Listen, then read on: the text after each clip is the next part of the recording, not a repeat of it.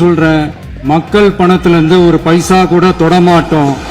900 கோடி ரூபாய் திரு மு.க. ஸ்டாலின் அவர்கள் ஏன் வாங்கினார்கள்? ஆக்கப்பூர்வமாக ஆரோக்கியமாக கருத்தால் எதிர்கொள்வோம் என்பதை சண்டைக்கு வரீங்களா? அவரோட உட்காருங்க.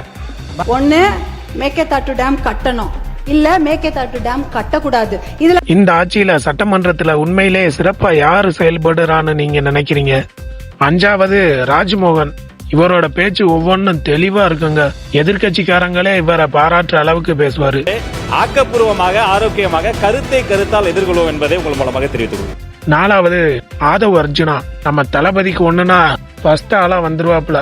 எதிர்கட்சி ஒரு கேள்வி கேட்டா இவர் 5 கேள்வி கேட்பாரு. ஆட்சி நிறுவனத்திலிருந்து 900 கோடி ரூபாய் திரு மு.க. ஸ்டாலின் அவர்கள் ஏன் வாங்கினார்கள்?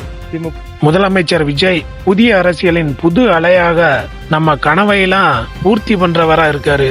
இவர் மேல மக்களுக்கு மிகப்பெரிய நம்பிக்கையை விதைச்சிருக்காரு.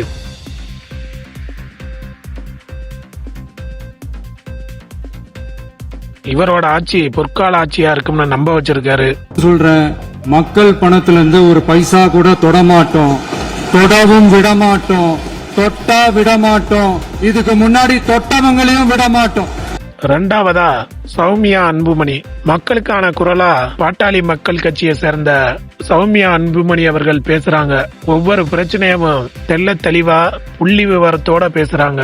ஒண்ணு மேகதாட்டு டேம் கட்டணும், இல்ல மேகதாட்டு டேம் கட்டக்கூடாது. இதுல நடுவுல என்ன முயற்சி? we don't need the dam, அவ்வளவுதான். ஜேசிடி பிரபாகர் சபாநாயகர். இவர் அவைய அவ்வளவு சிறப்பா நடுநிலையா வழி நடத்துறாரு.